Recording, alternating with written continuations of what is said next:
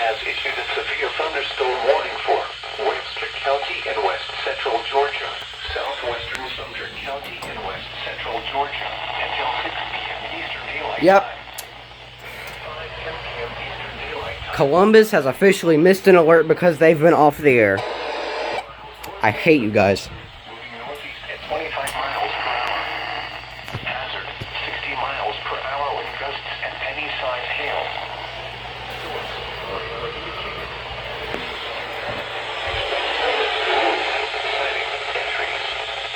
Locations impacted include Americus, Preston, Plains, Weston, Sumter, Limerick, Croxton Crossroads, Huntington, Leverett, Friendship, Maddox, Churchill, Centerpoint, Dumas, and Chambliss.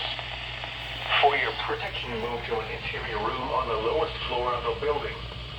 If you see wind damage, hail, or flooding, wait until the storm has passed, and then call the National Weather Service toll-free at 1-866-7-634-466 or tweet us your report at NW